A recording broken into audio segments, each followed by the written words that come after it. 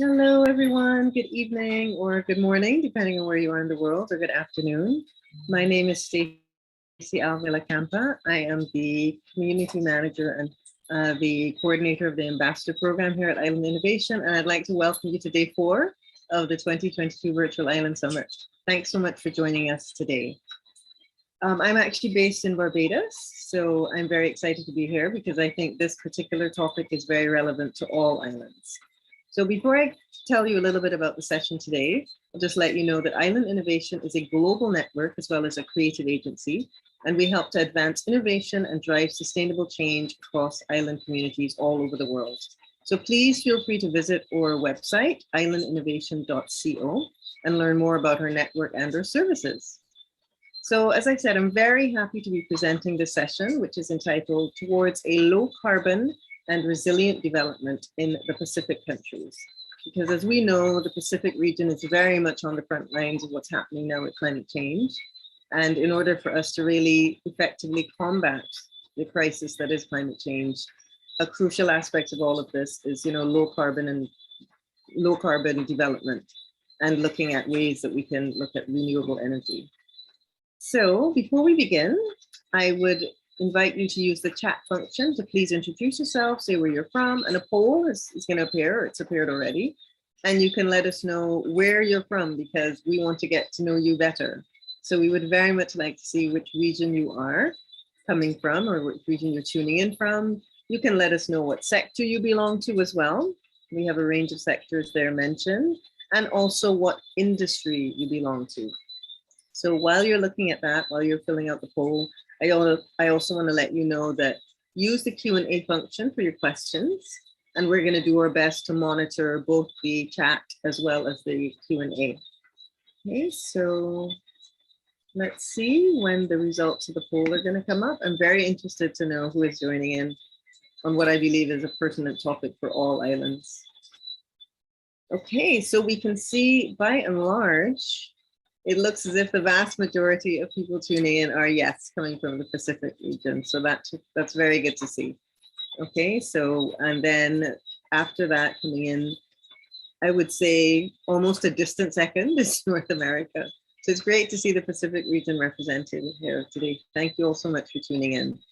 Many of the people, again, the majority of the participants today are in the private sector, but that is very closely followed by government and NGOs. So it's good to know that that shows the awareness of the necessity of sometimes the public-private partnerships that's necessary to create lasting change in our communities.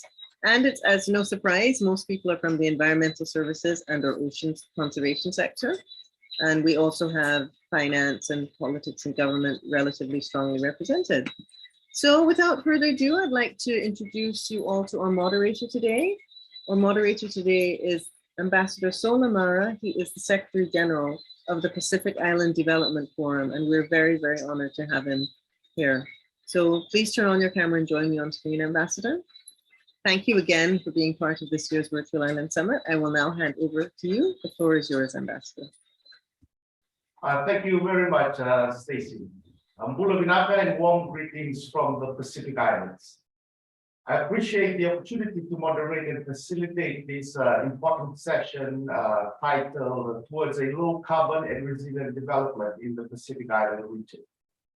We can all agree that renewable energy is an important component of the transition towards a greener and cleaner energy source. Around the world, the investment in renewable energy continues to increase because of its importance in reducing carbon emissions and therefore helping countries in delivering on their nationally determined contributions on the same. Equally important now is the attempt to mitigate the rising cost of energy that is further suppressing economic growth in most countries, particularly in the Pacific Island region. We in the Pacific face multiple energy challenges, including the limited range of indigenous energy resources, the high cost of developing energy resources and extending services to remote areas. We have one of the highest costs of electricity in the world and weak bargaining positions with petroleum suppliers. Renewable energy therefore makes a lot of common economic sense for Pacific Island countries. But why is it lagging behind the rest of the world in the adoption and implementation of the ambitious renewable energy program? And why is it taking so long to wean our economies off fossil fuel? Can we even meet our commitments of zero carbon emissions by 2050? Those are important questions that we need to pose in our discussions today. And to provide some insights into this, we have this morning or afternoon or evening, wherever you are, 4 very experienced speakers from the energy sector. And first up, I will call upon Mr. Michaele Belena. He's the Director for Energy in Fiji. He has spent more than 15 years in the energy sector and is well versed with the development plans in the energy sector in Fiji and in the Pacific Island region. And I call upon Mr. Belena to make his presentation, and I do hope that he will also be able to address the 3 key questions that have been posed.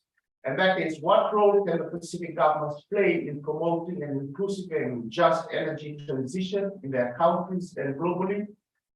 And how could the energy transition be inclusive and just to ensure that all members of our society benefit from a renewable energy future? And the third is, what is the role of renewable energy in ensuring sustainable post-COVID recovery? And how can this recovery be carried out in a just and equitable way? So, Mr. Belena, if you can unmute yourself and video, and please, the floor is yours. Thank you very much, Mr. Moderator. Good morning, Bula Vinaka. Good evening to you, ladies and gentlemen. I would like to thank the organizers for giving us the opportunity to participate in this very important session. Our Pacific Island countries are faced with a number of threats, including our heavy reliance on importation of petroleum fuel, disruptions to the energy supply chain, climate change impacts, and volatility in the global oil prices. The increasing prices brought about by the COVID-19 pandemic, coupled with the ongoing war in Ukraine, is unpredictable, but yet unavoidable. It has contributed to the high inflation rate on our small island economies, and to which our ordinary people are struggling to cope with on a daily basis. In our recent budget announcement, government has put in place the necessary inflation mitigation measures to leverage the increasing prices of goods and services. Our economy is slowly recovering in the aftermath of COVID-19. Our borders are opened, which has provided the gateway for our tourists to revisit our beautiful shores. For the last couple of weeks, we welcomed our first cruise ship after a lapse of 2 years. This is a positive development, indicating that the global economy has gradually recovered and things are slowly going back to normal. We've set very ambitious targets in our Paris Agreement to reduce our carbon emission, increase the uptake of renewable energy, and to further progress to our net zero emission target. Our National Development Plan is aligned towards achievement of these targets. Even though our carbon emission is insignificant, but we still make our commitment to show the global community that through our collective efforts, we can keep the global world temperature below 1.5 degrees. The session today will provide government the needed advice and strategies for us to move forward in terms of our energy transition pathway. Our energy transition pathways come with its unique challenges and threats. To achieve our NDC target of 30% carbon emission reduction by 2030, government will need a total investment to the tune of $2.97 billion. This investment is targeting towards our renewable energy, electricity generation and transmission, carbon emission reduction in the transport sector, and improve energy efficiency in the demand side management. These are significant investments which could not be made by government nor our utility company. We need the support of the public sector, investment through bilateral, multilateral partners and donor agencies, and the participation of private sector as independent power producers.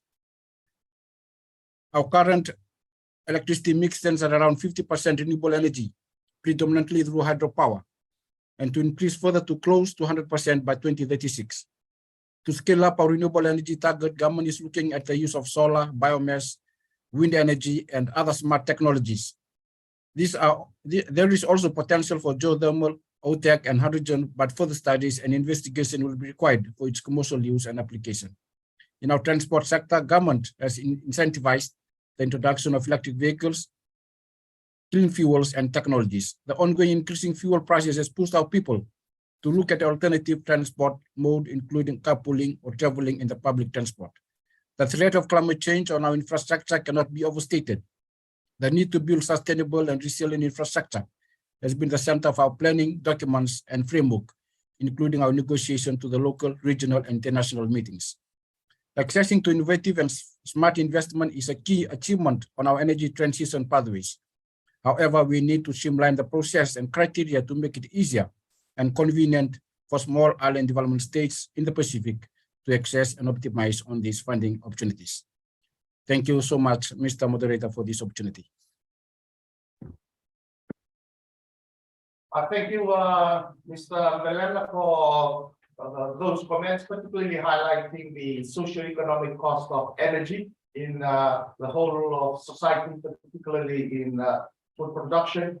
You also highlighted the threat to energy infrastructure from climate change, an important issue that we need to keep in mind as we progress this discussion.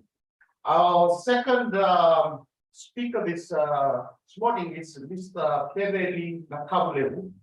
He is the Pacific focal point for the International Renewable Energy Agency, and is based in Fiji.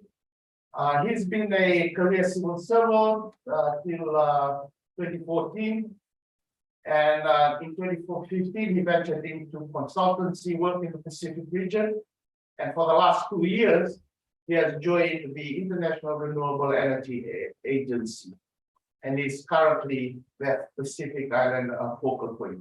So, Mr. Nakabulewu, your presentation, please, and also I encourage the other speakers to address some of the questions that I've highlighted earlier in terms of the challenges faced by individual countries in their transition towards renewable and clean energy. Thank you.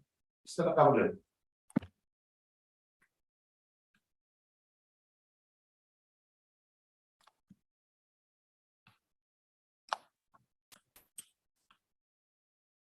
Thank you, Ambassador. Allow me to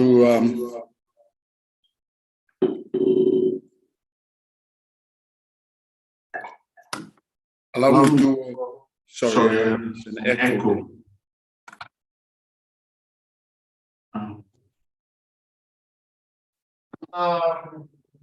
Mr. Nakabulewu, you have two screens open. Maybe if you close one and just focus on one, that can help out in addressing the echo issue. Thank you.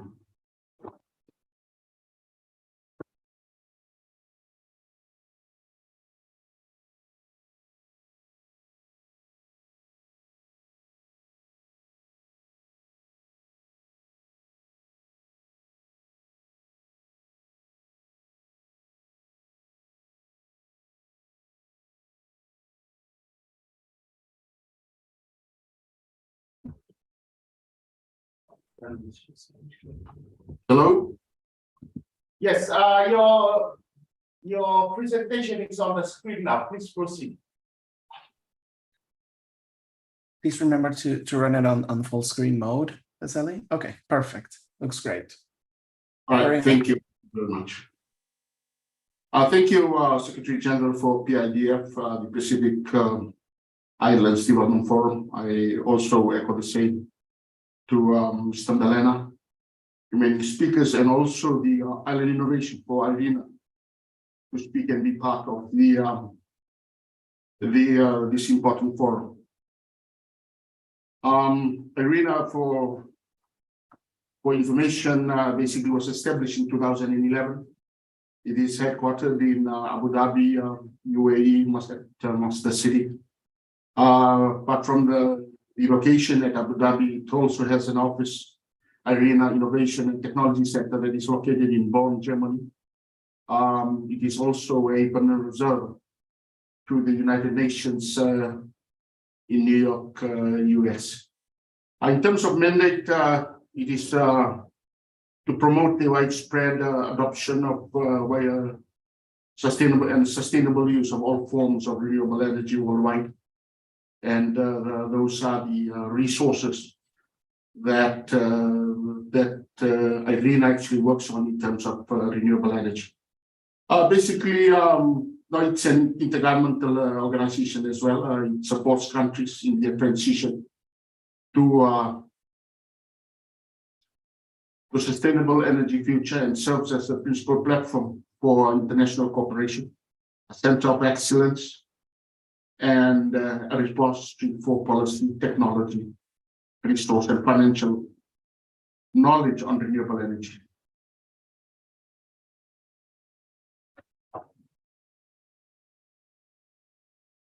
In terms of the principal organs, IRENA has there's a representative of countries that actually make up the International Renewable Energy Agency, and with the country, with the assembly, we have the supreme body, decision-making body that convenes once a year and includes a delegation from each member country.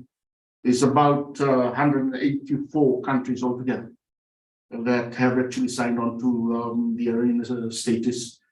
It discusses and also approves the work program and budget, guides the programmatic and strategic direction. It's also a global convening platform on renewable energy topics. In terms of the council consists of 21 members that are elected by the assembly and convenes twice yearly, facilitates consultations and cooperation among members, and considers programmatic, strategic, and institutional matters. It assists in decision making with recommendations to the assembly. With regards to the secretariat, carries out its operation mainly through 4 programmatic divisions. The first one is the Knowledge Policy and Finance Center, KPFC, which collects data and develops knowledge platforms, conducts analysis to create enabling conditions and investment and growth in renewables. The second one, touched on a little bit on this, on the IRENA Innovation Technology Center, which is located in Bonn, provides cutting-edge information on renewable energy technologies and innovations, while seeking new pathways for global transition to a sustainable energy future. Based, as I mentioned, it's based out of Bonn. It researches and produces cost data as well for renewable energy technologies, and provide tools for planning and project development, including grid management, and offer strategies to strengthen technology innovation for renewables. In terms of the project facilitation and support of PFS, it actually leads the agency's work with regards to project development and access to finance, looking at climate investment platform that IRENA has. And also the division also maintains a partnership with multilateral banks and other financing institutions. The country engagement partnership, which is the final division that is there, which it actually helps countries and regions accelerate the introduction of renewable energy. The division works with a wide variety of public and private stakeholders on developing strategies to increase renewable energy use in Africa, Asia, Europe, Latin America, and as well as in small island states or cities. There are also the administration and also the management division, and also the office of the Director General, and it strengthens internal coordination and supports IRENA governing bodies.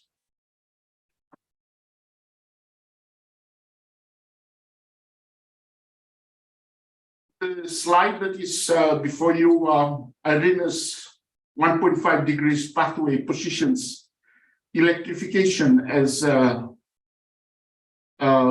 electrification and efficiency as key drivers of the energy transition. It is enabled by renewables, hydrogen, and sustainable biomass. These pathways would result in a cut of nearly 37 gigatons of annual CO2 emissions by 2050. The reduction can be achieved through significant increases in generation, direct use of renewables, sustainable improvements in energy efficiency, electrification of end use, which includes the transport sector and also in terms of the industry, clean hydrogen and its derivatives, biomass, bioenergy coupled with carbon capture and storage, and of course the last mile use of carbon capture and storage. Those are the various percentages that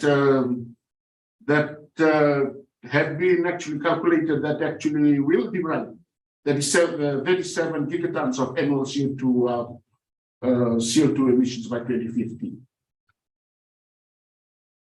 The other important issue in terms of that particular slide, we also have publications, and those are the publications that have been actually generated early this year, and it can also be obtained on the IRENA website.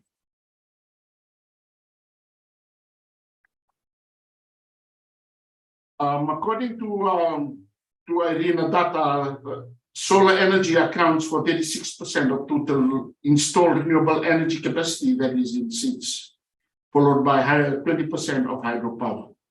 You have 24% of bioenergy, 12% of wind, around 1% of geothermal. Between 2019 and 2021, 633 megawatts of solar energy capacity has been installed in seats, followed by 120 megawatts of bioenergy and 29 megawatts of wind energy. Looking at the three main seeds of the three main classifications in terms of seeds, in terms of regional trends, with the data obtained by IRENA for the Atlantic, Indian Ocean, and South China Sea, the region indicates that solar energy technologies are mostly well developed and account for about 58% of shares for the total installed renewable energy capacity. The Caribbean region accounts for solar energy, bioenergy, and hydropower that show similar uptake trends, accounting for 34, 26, and 25% respectively of the total installed capacity of renewable energy. And in the Pacific, accounts for 57% of the total installed renewable capacity in seeds.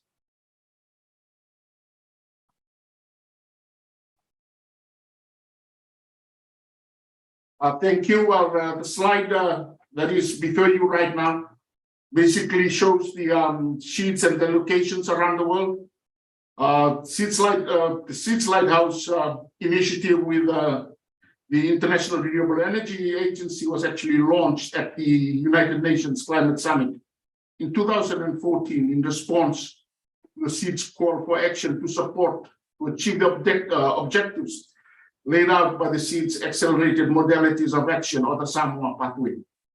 The initial Lighthouse initiative targets for 2020 and 2023 have been met and exceeded ahead of schedule. The partners of the initiative have now agreed to a new target of having installed the renewable energy capacity of 10 gigawatts by 2030. Taking into consideration the commitments of Seeds, development partners, and the evolution of the energy context, new priority areas and targets were identified and endorsed by partners in the high-level meeting that was held UN General Assembly in New York in September 2018. The initiative brings together 38 seats from the Caribbean, Pacific, Atlantic, the Indian Ocean, and the South China Sea, as well as the 31 partners that have come on board. In terms of assisting seats and include developed countries, regional and international organizations, development partners, private companies, research institutes, and non-profit organizations. The SEEDS LHI or Lighthouse Initiative is an inclusive, neutral, multi-stakeholder platform that brings together all these characters or actors in terms of mobilization towards renewable energy.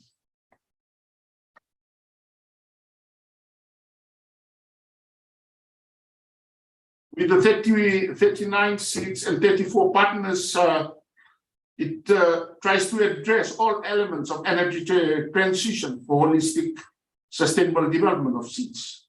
There are 11 priority areas. Summary in terms of the priority areas that are given in blue on your right.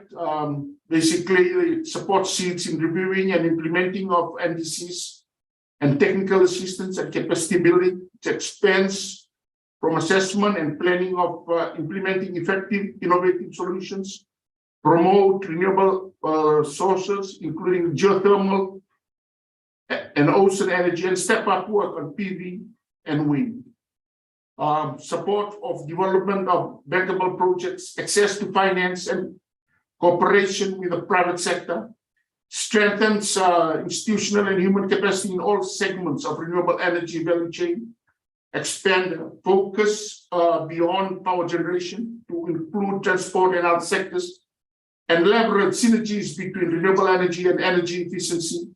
Also, it creates a nexus for renewable energy and agriculture, food, health, and water to foster broad socio-economic development in seeds, raise awareness about job creation, gender equality, and women's empowerment through renewables.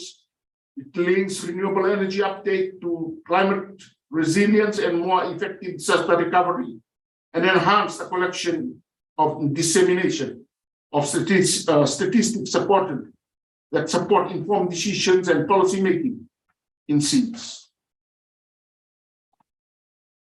That is basically the various energy transformation tools and services that IRENA mobilizes. I will further delve into this some of these areas when we move to the next slide. Sorry.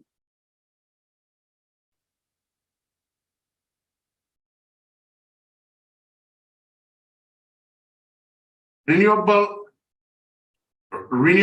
readiness assessment is a comprehensive tool for assessing conditions in country for the development and deployment of renewables, along with actions to improve those conditions. At the moment, it is currently being mobilized in the Solomon Islands. Apart from that, it has also been mobilized in Fiji, Kiribati, the Republic of Mauritius. In terms of quick scan, it's a questionnaire encompassing 7 critical factors of a successful deployment of renewable energy in seeds. It assesses deployment readiness. It has yet to be mobile. It's a new tool for that matter. It is currently being tested out in the Caribbean, and hopefully we will also have the same tool in the Pacific. In terms of solar simulator, it is a web-based simulator application that combines ultra-high resolution. In terms of actually calculating PV, can be used by users such as households, businesses, municipal authorities, to evaluate the potential of rooftop solar PV systems in your towns and cities. And also in terms of the RE roadmap, it provides a holistic view of the technical, economic, and policy readiness necessary for the deployment of renewables.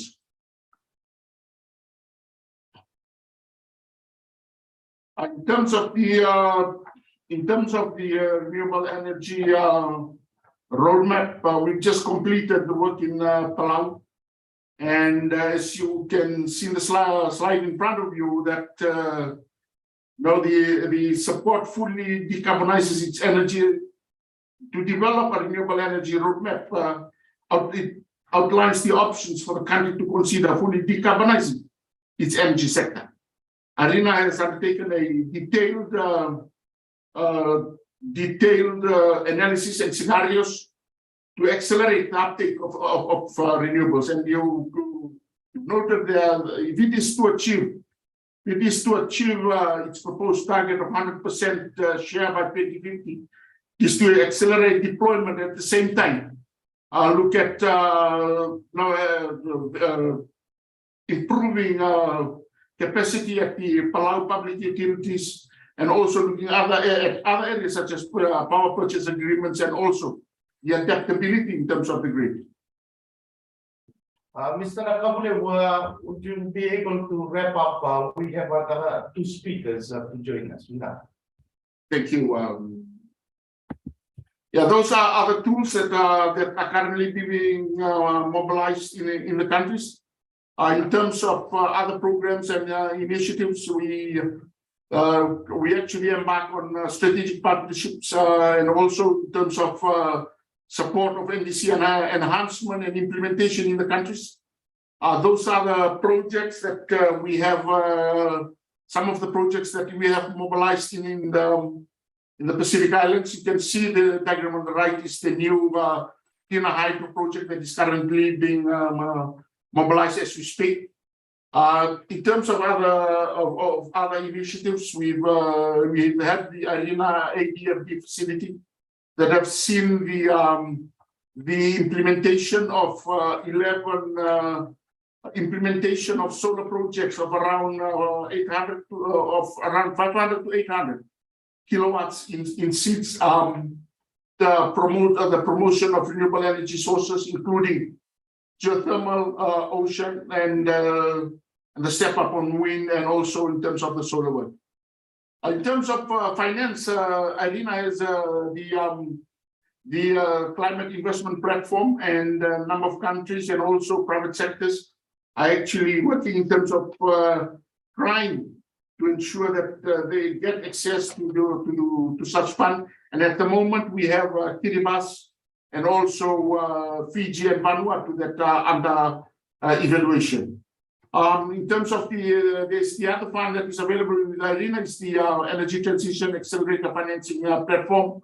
And with that, those are it's targeting a 1 billion in capital mobilization with the UAE's anchor investment of 100 million to deliver 1.5 gigawatt of renewable energy capacity. Those are the capacity building works that we have assisted countries in for last year and also this year. And also these are the knowledge platforms in terms of how we try and assist in terms of informing countries of what is available in ARENA. And those are we have the SEEDS website and also a number of publications and also events. Also, we mobilize the knowledge platform that there, and also other social media in terms of telling, or actually showcasing the work that is undertaken in SEEDS. Thank you very much. Thank you very much, Mr. Nakabule, for enlightening us on the work that the International Renewable Energy Agency is doing around the Pacific. And in the interest of time, I'll jump right into and invite Mr. Justin Jolie. He's a founder and principal at development services company, Our Energy. He has over 20 years of experience as a civil environmental engineer and has dedicated his career to the advancement of renewable energy and sustainable development. Mr. Justin, the floor is yours, and I hope you can bring the perspective of the private sector into this discussion. Thank you. Oh, it's my pleasure. Just a quick sound check and video check. Yeah, Everything we can hear you very well. Thank you. Excellent. Excellent. Well, thank you so much, Ambassador and the distinguished panel for having us here today. I think I can keep it brief, but so glad to be able to join all of the visitors here and of course the panel, really a pleasure. So I'll jump right in and thanks again, Ambassador, for the kind introduction. Briefly on the company Our Energy. Our Energy is a development services company headquartered in Santa Cruz, California.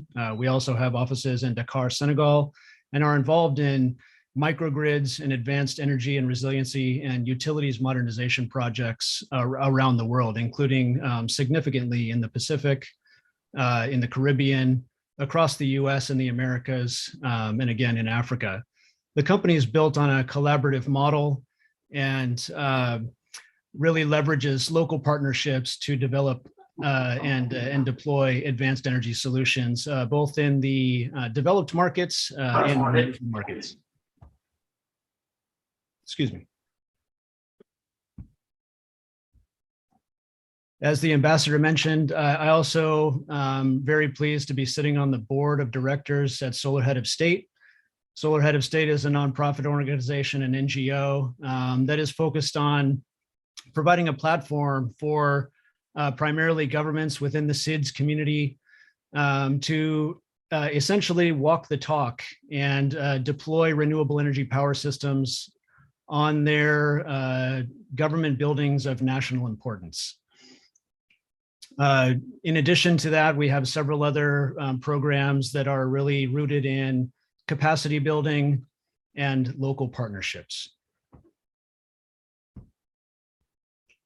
I wanted to talk just a few minutes about the program in the Pacific that Solar Head of State is deploying in partnership with the Pacific Islands Development Forum and through the United Nations Office for South-South Cooperation and the UNDP. This is a program that's going to deploy modestly sized hybrid solar energy projects at buildings of national importance across all of the PIDF's member countries. And those include 2 projects in Fiji, one at the PIDF headquarters and another one at the President's Palace, a project in Tonga, Vanuatu, Federated States of Micronesia, the Republic of the Marshall Islands, Kiribati, Nauru, Solomon Islands, Palau, Tuvalu, and Timor-Leste. So needless to say, this is an ambitious program with a lot of logistical challenges. And just a quick overview here, the project was originally proposed around 2016. We deployed a team to Fiji to develop relationships and put some feet on the ground with our friends at the PIDF and UNDP in Fiji there, in Suva. And since then, we have been fortunate to have been awarded the funding through the government of India and the United Nations offices to fund the entire program to deliver these projects turnkey to all of the recipient countries.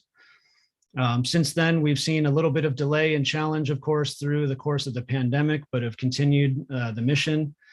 And bringing us quickly to present day, we currently have all of the major equipment deployed or in the process of being deployed, I should say, and it's been procured. And we currently have an open RFP regionally that's being managed by the PIDF for engineering, procurement, and construction services to install these systems. So with that, I just wanted to provide a kind invitation for all of the local participants and partnerships that we hope to form through this project. And the information is here if interested. And thanks again, everyone. Thank you very much, Dustin, for keeping to the time allocated. Really much appreciated. I'll now invite Jeremy Thomas, the founder of Dual Season, who works with partners globally on projects at the intersection of data and sustainability. He created the Global Green Economy Index, which is currently in its 10th anniversary edition, which tracks 160 countries in terms of their green progress towards global sustainability targets. The Green Growth Economy Index is a widely referenced ESG index with usage in more than 100 governments, institutions, and private firms. Jeremy, the floor is yours. Thank you so much, Ambassador Mara and the Pacific Islands Development Forum, and of course, Island Innovation for this convening. It's been such an honor to be brought into this lively discussion around sustainable development in island nations. I'll speak just briefly from my point of view on the topic. As the ambassador mentioned, I created the Global Green Economy Index about 10 years ago, which is a holistic viewpoint on this topic of sustainable development. Obviously, this energy piece is extremely important. Within the Global Green Economy Index, we look very carefully at issues around installed renewable energy capacity, as well as the emission intensity from different sectors like buildings, transport, et cetera. But in addition to the energy story, what the Global Green Economy Index measures is it looks at the environmental and the social dimensions of green economy and sustainable development as well. One of Ambassador Mara's framing questions had to do with the benefits. It had to do with the social dimension of this topic. How do we ensure that benefits from renewable energy and sustainable development overall are reaching populations in island nations? And that's something that on a global level, we do measure through the Global Green Economy Index, looking at social topics like social equity, gender equity, and so on. And then obviously the environmental topics ranging from air quality, which has a strong social dimension as well, ecosystem services, both on land and in blue economies. So this is sort of my perspective is data, it's measurement. And I'll just say quickly that our approach to the Global Green Economy Index is unique in this 10-year anniversary. It has been 10 years that we've been doing it. And it's unique in two ways. What we do in looking at this holistic view of how countries, including island nations, I actually counted today for the first time of the 160 countries that we cover, how many were island nations. And I found that it was almost 40.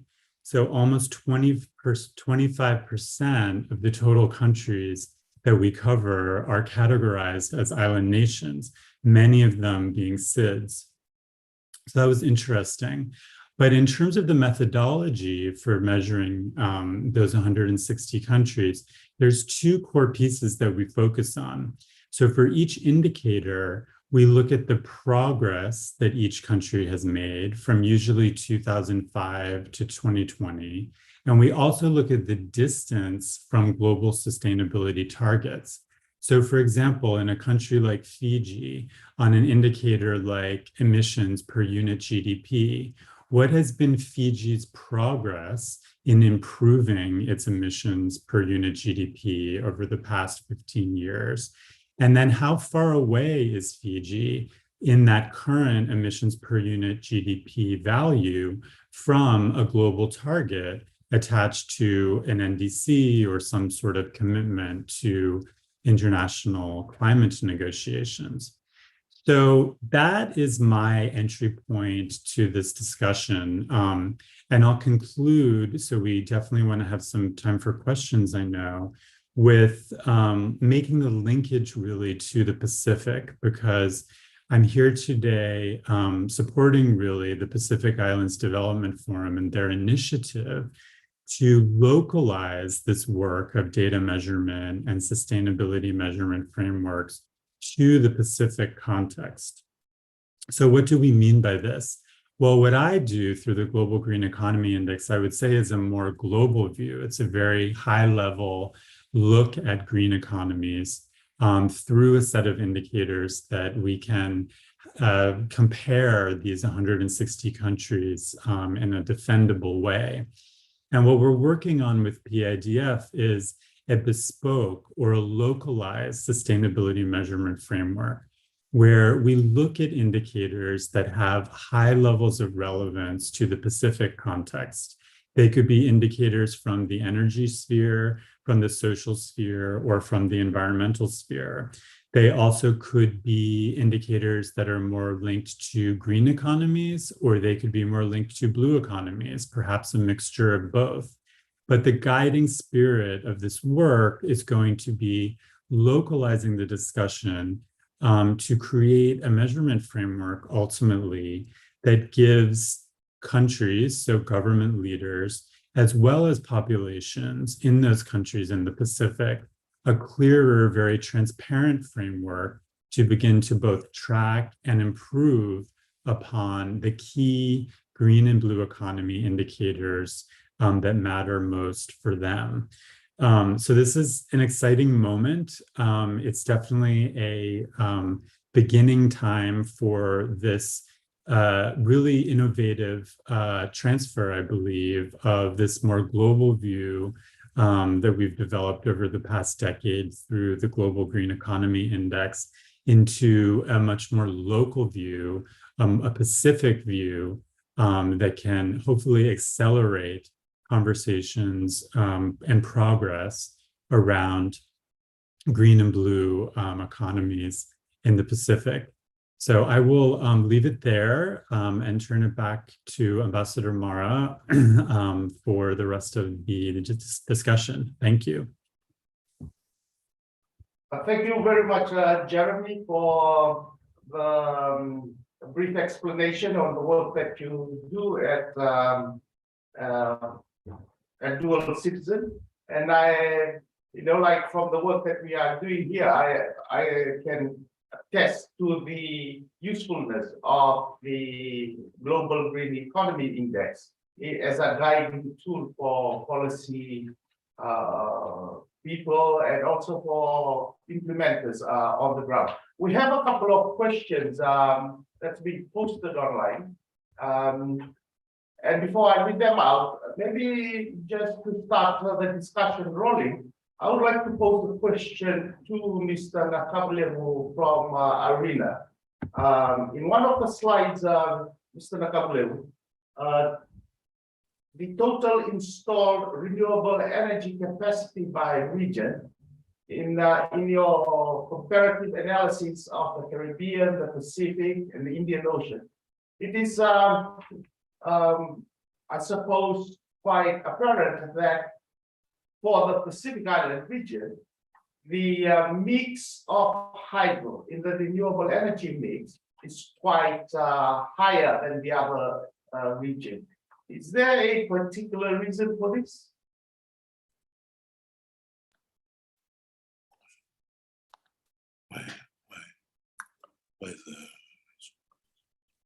Ambassador, appreciate if you could just repeat your question, please. Okay, thank you, Mr. Kablev. In one of your slides, which was titled Total Installed Renewable Energy Capacity by Region, you did a comparative analysis of the Pacific Islands, the Caribbean, and the Indian Ocean.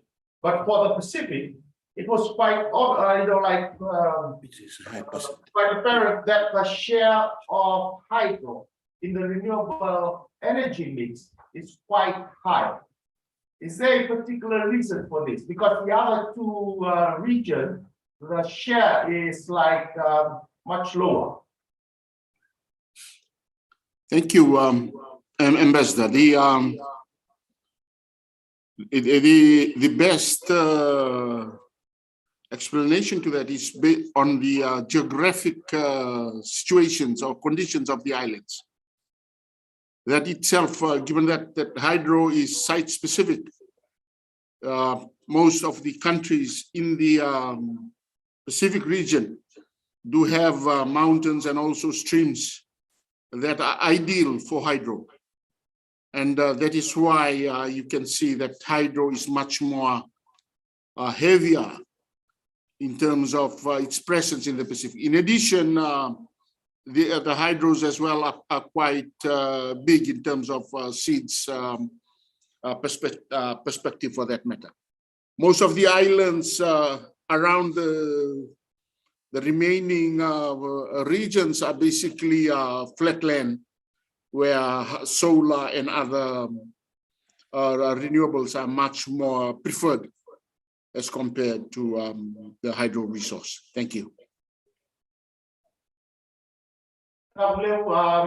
There's a question that's posed by Anju Alvis, and I suppose this is probably for Jeremy.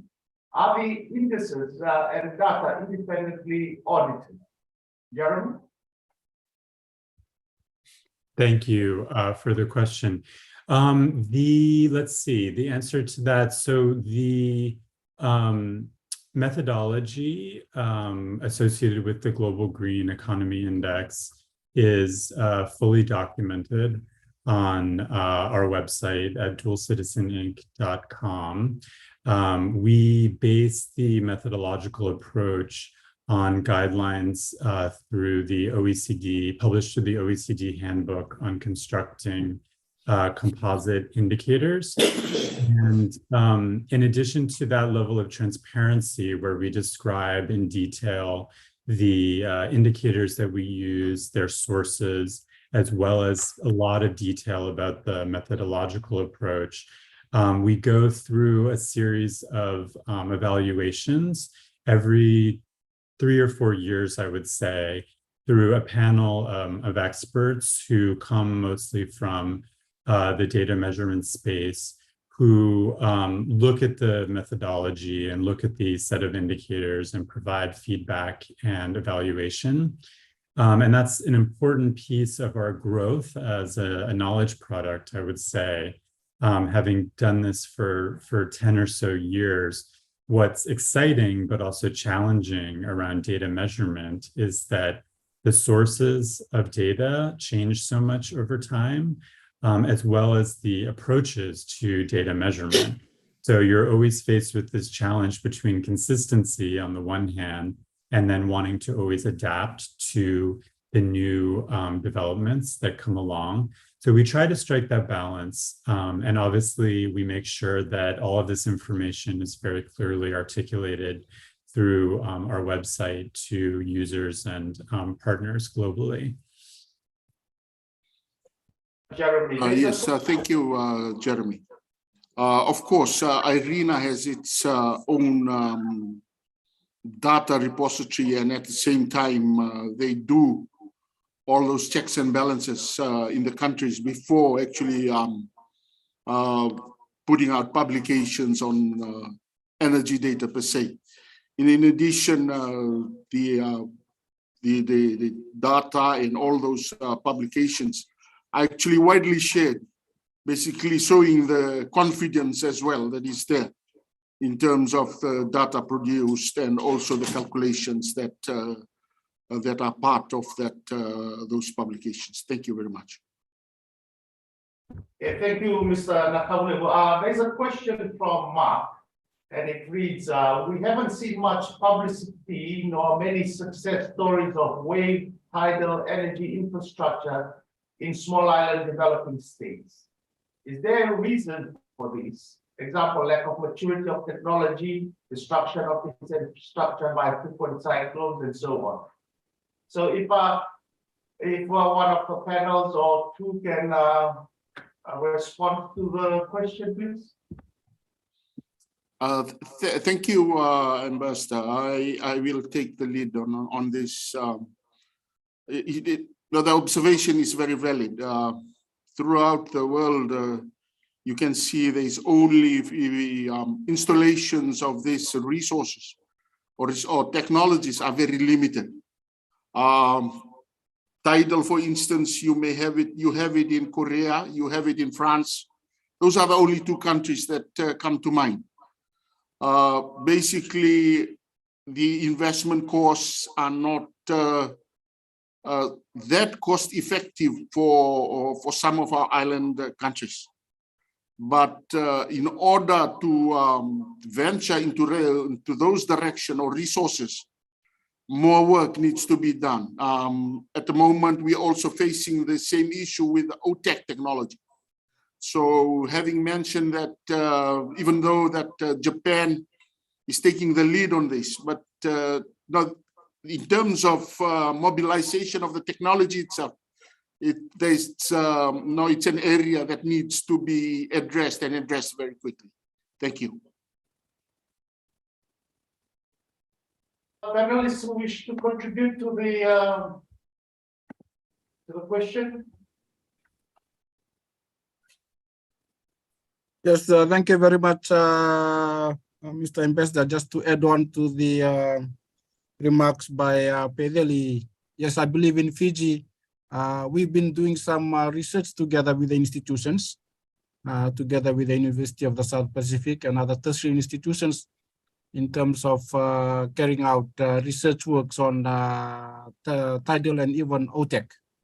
But again, we need more studies in terms of the commercialization of these technologies. And I believe even the sentiments shared by Pedeli, I think we also agree that looking at the global developments, these two technologies are still in the early stage. So we need more studies in terms of its uptake and even the commercialization. Yes, thank you, Mika, for that response. I suppose some of the answers too, can be glimpsed from the question posed on the threat to the infrastructure from climate change, sea level rise. And I think those are some of the challenges that can also hinder the progress of such technology. If no one of the panelists wishes to contribute further to that particular question, maybe I can invite Justin and Jeremy, probably the others too, if they want to comment, or to give an explanation as to why the private sector is lagging behind in its involvement, particularly in the Pacific Island region, and I think it may be true too in other small island developing states. The lack of private sector participation in this space of renewable energy. Is there a need to incentivize the private sector participation, or what do you think would encourage private sector participation in renewable energy? Thank you. Jeremy, please. Great question. I think that's a question globally that's interesting. There's all kinds of traditional answers to that question in terms of the cost of capital, the risk portfolio. I think the scale perhaps could be an issue as well. I mean, one thing that's complicated about many SIDS in particular is that you have a very distributed population across many different areas where it's difficult to scale one investment, one site of energy production, for example. There's a lot of volatility, obviously, today, just globally in energy markets that make investments in the sector more questionable for many actors. So I would, I guess, probably give those general answers, not being really a specialist in the investment side. But I also think there are innovative solutions emerging. This is a little bit different, but I saw in the Seychelles that they had released a few years ago a sustainability, like a blue economy bond. It was a sovereign bond that was linked to the blue economy as they defined it. This is something that happened in Chile as well earlier this year, where you had the Chilean government release a sustainability linked sovereign bond. So slightly different conversation, but I think you see innovation happening around financing as well. And I think just figuring out those new approaches to marry economic opportunities with investors will be critical in the next few years. Great feedback, Jeremy. Thank you. And thanks for the good question, Ambassador. I'll add, I'm going to concur with part of what Jeremy offered there and add to that a little bit. I think perhaps the biggest piece from our perspective is of course, market size and market disparities amongst island nations. And of course, obvious logistical challenges, would also go along with that, as I'm sure everyone here can appreciate. In terms of solutions, I'd offer one similar to the approach that we're taking at Solar Head of State with the program there. And we do have private sector partnerships integral to that program. And I think that translates even to a pure private delivery model. And that's one where we can leverage regional partnerships and regional platforms like the PIDF or the OECS in the Caribbean or others to facilitate aggregated procurements to offset some of those market size and market disparity challenges and assist with some of the economies of scale and logistics. That's been, I think, a huge benefit to our program at Solar Head of State and our ability to deploy at scale across multiple island nations. And I think the case would be the same with a pure private approach. And this is exactly the type of approach that we attempt to take at Our Energy also. Thank you. Pose the same to Mr. Nakaulewu and Mr. Belena. If they can also share as to the status of private sector participation in small island developing states, and particularly from Nakaulewu's background. How is IRENA working towards expanding the involvement of the private sector and civil societies in this space? Thank you, Ambassador. The issue itself, much of it actually depends on the economics. And the issue that you mentioned in terms of incentivizing and providing subsidies, those are important issues that need to be looked at with regards to embarking on seeds initiatives, so as to ensure that we are able to bring them from a negative NPV or negative cash flow for that matter, and raise up some of those projects. We are facing these as well in the submissions that come into IRENA under the funding that we have. Basically, most of the countries are actually wanting to go towards a grant funding. Unfortunately, there's very little of resources that are available under that grant funding. So perhaps having something that could, the issues that were raised by Jeremy earlier on, and also Justin's are quite valid. And perhaps, it's a different way of doing things, Ambassador. Thank you again. It's, in this area, what is the level of private sector participation in this space? In renewable energy, that is.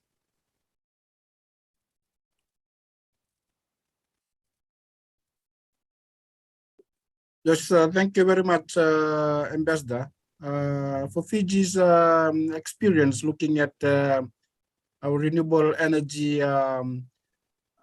portfolio,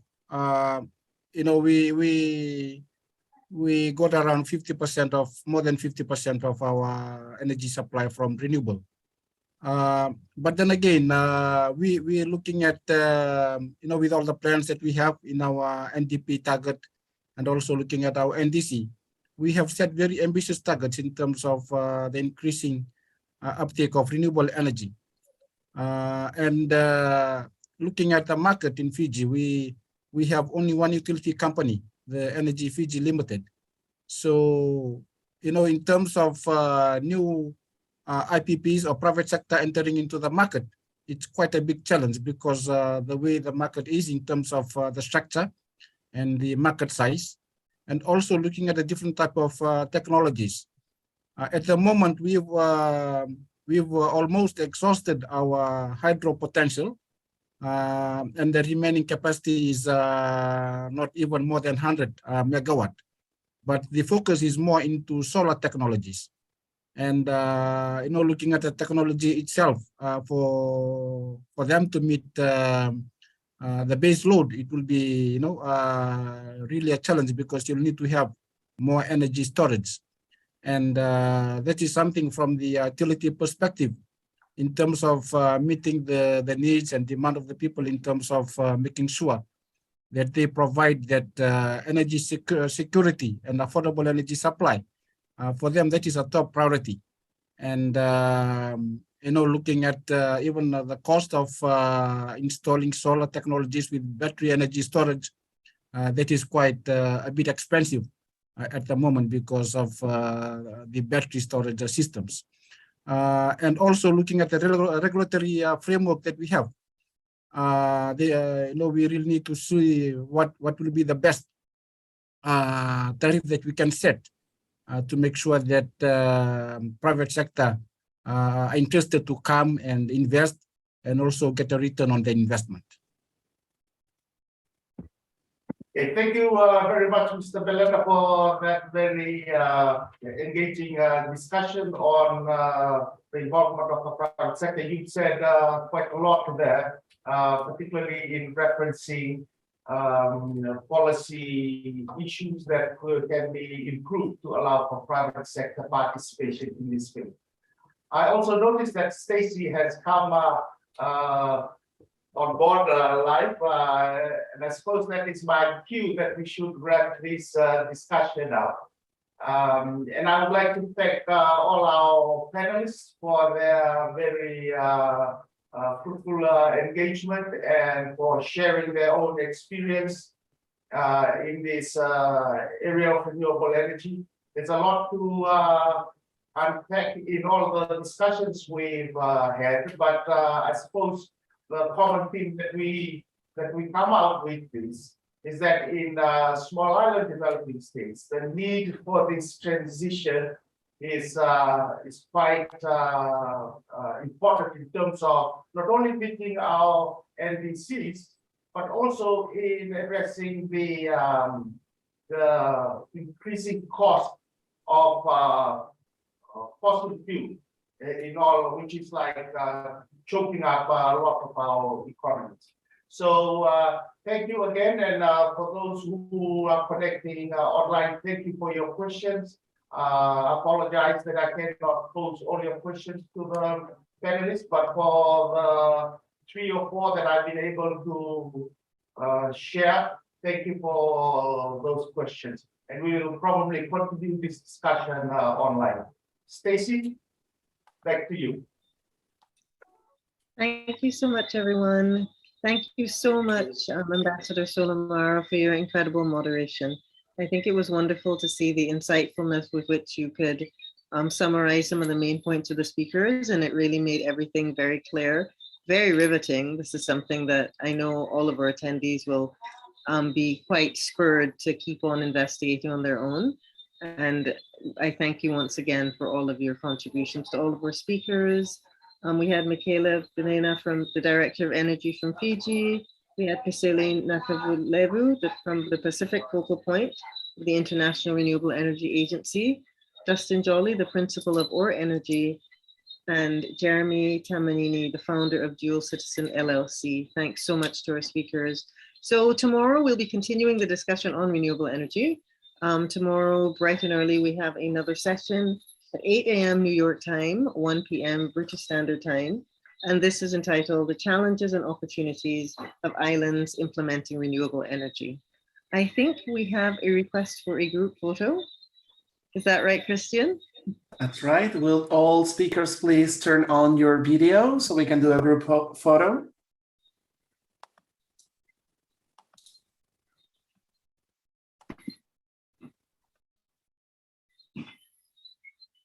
Right, smile.